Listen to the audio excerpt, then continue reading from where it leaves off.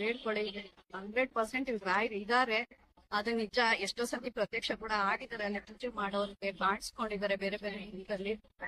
ನಮಗೂ ಕೂಡ ಸ್ವಭಾವದಲ್ಲೆಲ್ಲ ತುಂಬಾ ಸರಿ ಬೇಡ್ಕೊಂಡಾಗ ಅವ್ರು ನೆನ್ಸ್ಕೊಂಡಾಗ ಕಾಣಿಸ್ಕೊಂಡಿದ್ದಾರೆ. ಯಾರೇ ಕಷ್ಟ ಇತ್ತು ಬಂದು ಕೇಳ್ಕೊಡಿ, ಅವ್ರು ಖಂಡಿತ ನಿಮ್ ಜೊತೆಗೆ ರಾಯರು ಇರ್ತಾರೆ. ಖಂಡಿತ ಒಳ್ಳೇದ್ ಮಾಡೇ ಮಾಡ್ತಾರೆ. ನಮಗೂ ಸಹಿತ ನಾವು ನಿಮ್ಗೆ ಚೆಕ್ ಮಾಡ್ತೀವಿ ಅಂದ್ರೆ ಅದಕ್ಕೆ ರಾಯರೇ ಕಾರಣ ಹಂಗೆ ಹೇಳ್ಬೋದು.